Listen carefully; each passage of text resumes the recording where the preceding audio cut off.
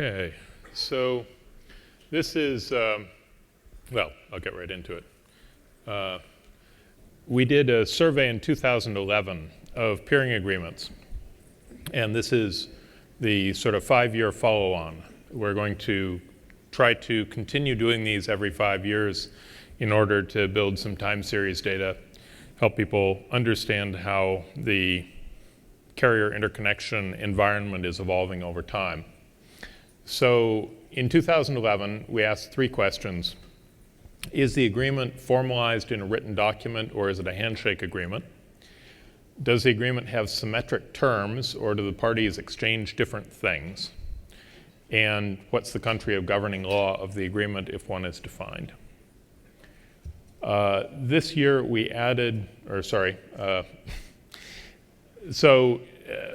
last time we analyzed 142,000 agreements from 4,300 internet service providers, 96 countries. The data's been up there for the last 5 years.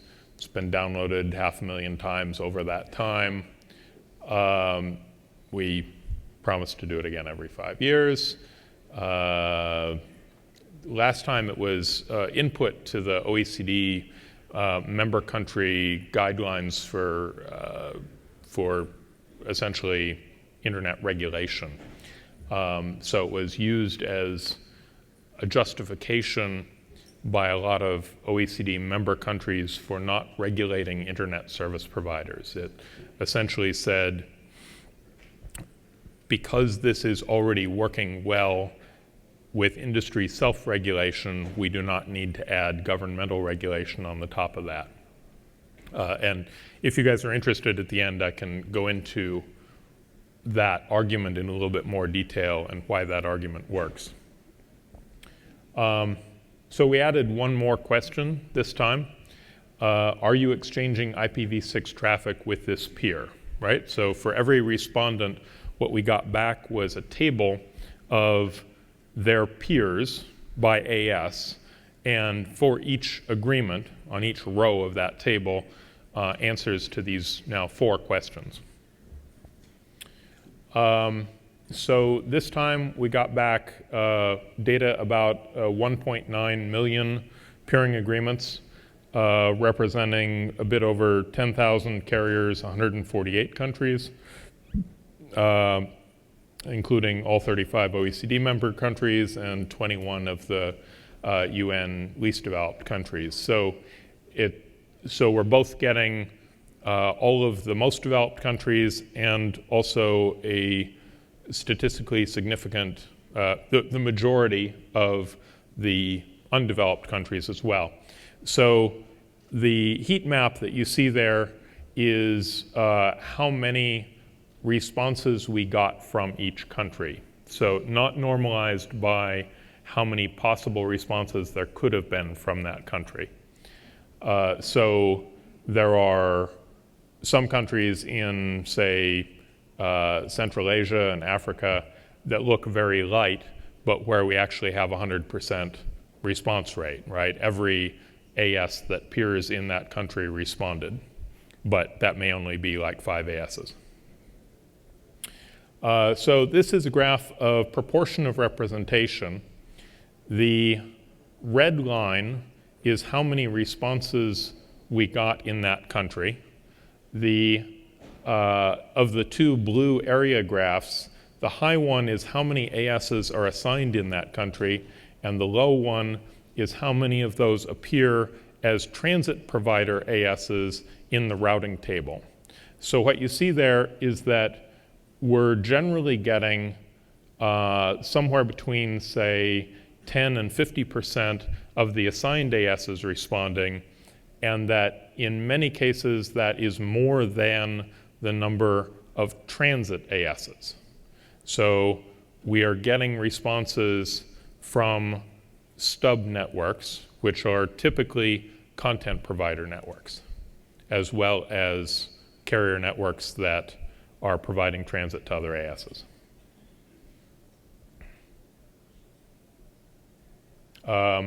So one thing to take note of here is that Indonesia which is the world's 4th largest country by population, is up from number 18 in this number of responses to number 5 this year. Indonesia has had a huge amount of growth relative to other countries in peering over the last 5 years. So they changed far more than any other country changed over the last 5 years. And I'll get to reasons for that later. Just under half of the total comprised matching pairs. So out of any 4 responses we got, 2 of the responses were representing the same peering session from both sides. So for that half, that 49.35%, we were able to judge how accurate the responses were because we had 2 different people telling us what should have been exactly the same thing. And 98.71% of the time, those answers were in exact agreement. That's down from 99.52% last time, and we attribute that to the addition of the IPv6 question. The more questions we ask, the more opportunities there are for 2 parties to get the answers different. So we still think 98.71 is very good and not cause for any worry. So in addition to those 4 structured questions, we also did sort of unstructured verbal interviews, follow-up interviews with about 35 network operators, typically larger ones to sort of get a better understanding of reasons for patterns that we were seeing. So to get into the kind of the main findings here, 99.93% of peering agreements are handshake. This is up from 99.51% in 2011. So we went from 1 in 200 then to 1 in 1,400 today. A lot of people say, but what about the big networks? The big networks have fewer handshake agreements. True, but the big networks also have fewer agreements total. So there are a bunch of respondents in here who had thousands of agreements. There are also a bunch of respondents that had tens of agreements. Of the ones that had tens of agreements, you have a bimodal split between little guys, who should have tens of agreements because they're small, and really big guys. And you'll see that graphed out later. But this is not thrown off by not having responses from the big guys or by, whatever. Anyway, we'll go on. So one of the reasons that we got out of the verbal interviews for why this change is a lot of people said, well, yeah, we had 1 in 200 written agreements 5 years ago, but those expired. And we kept the peering session, but nobody bothered to re-sign new paperwork around it. And that was by far the most prevalent reason people cited. 99.98% had symmetric terms. That means that the parties were giving and receiving the same things. You could take the names of the parties, reverse them, and there would be no change in the sense of the agreement. The alternative, of course, is an agreement in which one party gives thing X and the other party gives thing Y. So that would be, for instance, a paid peering agreement where somebody is giving something other than customer routes. So that's up from 99.73 5 years ago. So we went from 1 in 400 to 1 in 4,800. There's a lot more talk about paid peering than there are actual sessions because there are salespeople out there who get revenue from a paid peering agreement, and they are being paid to talk about paid peering agreements, and they're being paid to make potential customers feel like that is a mainstream thing to do. But the numbers do not bear that out. So from the verbal interviews where we primarily found paid peering was between large but not market dominant content networks and large market dominant eyeball networks. So a large market dominant eyeball network would typically be able to extract revenue from a large but not market dominant content network. And the content network folks always said that that was not by their choice, unsurprisingly. Well, sorry, that's overstating things a little bit. Some of them said, well, we live with it, it gets the job done, you know, would we pay money if we didn't have to? Of course not, but you know, no big complaints. Okay, so there continue to be strong preferences for country of governing law. This has changed a little bit because we've had the Snowden disclosures since the 5 years ago survey. So it didn't so much change the top three and the bottom three, but just inside of that, countries have shifted a bit. So US, Canada, Japan remain the top three. Romania, Ukraine, and Russia remain the bottom three, but Iceland and Finland moved up in terms of favored countries, and China and Thailand moved down. So that's the graph. The red line in the center is showing the the 100 and some odd countries in the middle that are axed out of the graph for clarity because they're just somewhere in the middle and not of particular note. One thing to notice here is that the probabilities at the bottom end are much lower than the probabilities are high at the top end, and that's because this is not normalized for number of agreements. So there are a lot more agreements in the US and Canada than there are, for instance, in Romania, Russia, and Ukraine.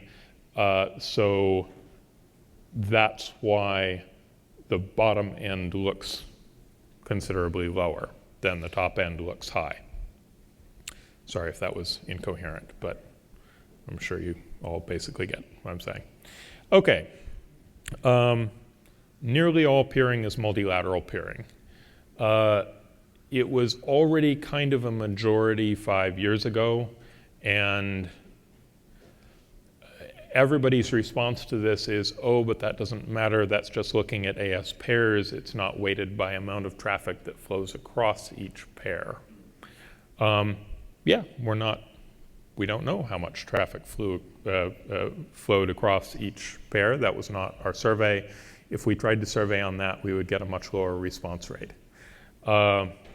So this is just looking at AS adjacencies. If we look at AS adjacencies, it's the vast majority, like something like 98% of AS adjacencies are through route servers now, whereas it was something like 60% 5 years ago. And the reason for this is when you add the 900th peering session on a route server, that guy immediately gets 899 more peers. Growth happens fast when you get sort of exponential, cumulative, you know, as these route servers get big. The little route servers obviously don't make much difference at all. A route server with 5 people on it or 10 people on it is only contributing 25 or 100 adjacencies total. But we'll get to this in a sec. One in Jakarta that has 1,021 peers on it. That's more than 1 million adjacencies right there in one city. The main thing that we found about the multilateral peering and why it is that commands so much less attention from people is that it's fire and forget, right? People set it up once and then they just don't go back and look at it again. They don't think about the fact that after they set it up, 50 more people showed up and they now have 50 more adjacencies than they did when they set it up, or 500 more. So because people don't have to think about it, it doesn't consume a lot of labor, it doesn't get a lot of thinking on their part. So sorry if this is a little hard to see. This is interconnection partners per network. So the y-axis here is how many networks have this number on the x-axis of partners. So for instance, there are about 10 networks that have 500 partners, right? So if you go across on the x-axis to 500 and look up, the bar goes up to about 10, for instance. And there's a number there at about, it's like 420 or 425 that is the Moscow MLPA. There's a peak that's defined by the Moscow MLPA with about 105 networks that have 425 peers. So if we, and also just to make clear, you see how the trend line does not hit the bottom of the graph there. I'm only showing networks with up to 1,500 connection partners. We've axed out the 112 largest ones, which would make this graph 3 times as wide. So if we zoom in on Jakarta, specifically looking at the Jakarta matrix IX, what you see is a very typical peak and drop off for a number of interconnection partners. So at 1,021, there's a peak of 102 or so networks that have 1,021 partners. Those are the 102 networks that participate in that one route server and do not peer anywhere else. They have exactly one peering session. It is with that route server. They get all of the other 1,021 routes from that route server, but they have no other peering session anywhere with anybody, right? Then there are 22 networks that have exactly one other peering session. There are 59 networks that have 2 other peering sessions, and so forth, right? So you get this, where there's a route server, you get this spike and drop off. But the thing to remember about this is that if there's another route server somewhere to the left of this on the graph, it's also got a long tail, and that long tail is also contributing to this part of the graph, right? And there's no way to separate those out from the data set that we have. So this is not a perfectly clean representation of just the Jakarta matrix IX. This is mostly Jakarta matrix IX, and there are a few bits of data that have been contributed to this part of the graph by stuff further to the left. So this is looking at what countries benefit from multilateral peering agreements most. The red trend line is the number of peers participating in multilateral agreements. The tall blue area is the number of adjacencies gained by that, and the bars at the bottom are the number of MLPAs in that country that we were able to identify in the data set. So there are undoubtedly more MLPAs that exist than are represented in these bars, but these were the ones that we were able to actually identify. So Indonesia only has 2 MLPAs, both in Jakarta, but they have the largest number of adjacencies because one of those 2 has more than 1,000 participants. Germany was the next with 10 MLPAs in different exchange points around Germany. Almost as many actual adjacencies coming out of that. France, UK, Russia, US, so forth, Australia. I think this starts to give you an idea of just how many adjacencies we're talking about coming out of these route servers. It's a big deal. Okay, the bad news, V6, only 3.88% of the respondents, or of the peering sessions were said to be carrying V6 traffic.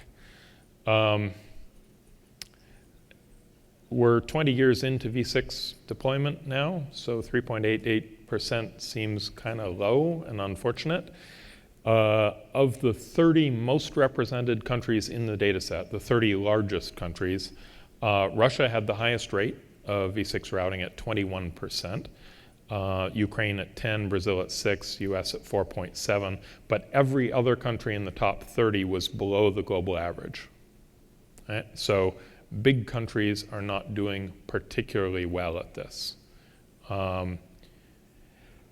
So that's just a graph of the red line across is at 3.88%, and those are the 30 largest countries. Indonesia, on the V6 side of things, doesn't really show up at all, right? Almost no V6 peering happening in Indonesia. So a lot of sessions, not much V6. So a lot of what we find is that some countries are doing well at one thing and not well at another. There's a huge discrepancy between large networks and small networks with V6. And this is also always one of those things where it's hard to visualize, right? You have to kind of pick what parts you're looking at. So of the dozen largest respondents, all of them were routing V6, and they were on average advertising more than 100 V6 prefixes each. And they were on average peering V6 with more than 70% of their peers. That all sounds really good. But of the smallest half of the entire data set, 92% had no V6 peers or prefixes at all. And they averaged less than half of a prefix each of the bottom half. And they averaged only 0.15% of their sessions supporting V6. So the bottom half are doing really, really badly, and the top 12 are doing just fine, and people in the middle are, sort of, you get the idea. Okay, so this is looking at our Exchange directory. We are now tracking a portion of the traffic generated at each exchange point that is V6, and we see actually that these things do correlate reasonably closely, right? So in Moscow specifically, the exchange there is doing 17.5% V6 traffic, and that correlates with 21% of the peering sessions being V6 enabled. In Seattle, 4.75% of the traffic is V6, 4.7% of the peering sessions are V6 enabled. Amsterdam, 2.1% of the traffic is V6, and 0.2% of the peering sessions are V6 enabled. So it seems, so this is comparing apples and oranges, percentage of traffic to number of peering sessions. But the fact that they agree with each other relatively well tells us that they're reasonably good stand-ins for each other. There is a reasonably close correlation. Okay, often with statistics about networks, you get a correlation between good stuff and wealth of the country that you're looking at. And here we don't really see that with V6. So this is a log scale scatter plot of IPv6 peering sessions supporting IPv6 routing versus GDP per capita, right? How wealthy is the country on a per capita basis? And it is a complete mess. There is no trend there, nothing at all. The vertical line is at 3.88%. The sort of sloping red line is if you were going to try and plot a trend line out of this blob, which is meaningless. All that says is that there is a slightly lower rate of V6 in wealthy countries than in poor countries, but not a meaningfully lower amount. You look around this graph, I labeled countries around the periphery. So you've got countries like Finland that are doing pretty well and are wealthy. You've got countries like Kazakhstan that are doing a little bit better than Finland and are not particularly wealthy. You've got Rwanda, which is doing just as well as Finland, basically, and is extraordinarily poor. You've got, Pakistan, Indonesia, that are poor countries that are doing really badly. Oman, which is a wealthy country that's doing badly. Qatar is very wealthy and not doing very well. It's a mess. There's no correlation. This is a tricky one. This is looking at how many of the AS adjacencies are domestic versus how many are international on a per country basis. So it's the ratio of domestic to international, where countries with more domestic peering are darker and countries with more international peering are lighter.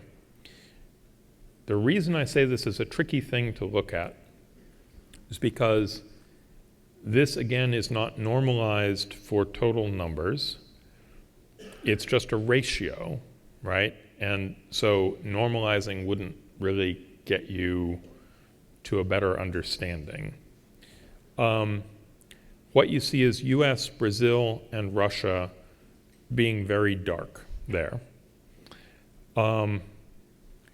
So this doesn't so much tell you anything about the amount of international peering that's happening, because those countries also have very large amounts of international peering.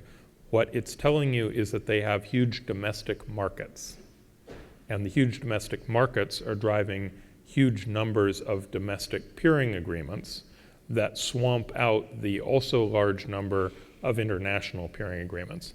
So if you were to look at a different graph that just said how many international peering agreements are there, you would also find that those countries, particularly Russia and the US, have a lot of international agreements. But you would find even more international agreements in Europe, because in Europe, the size of the domestic market is small relative to the size of the local international market, which you don't have in the US and Russia and Brazil.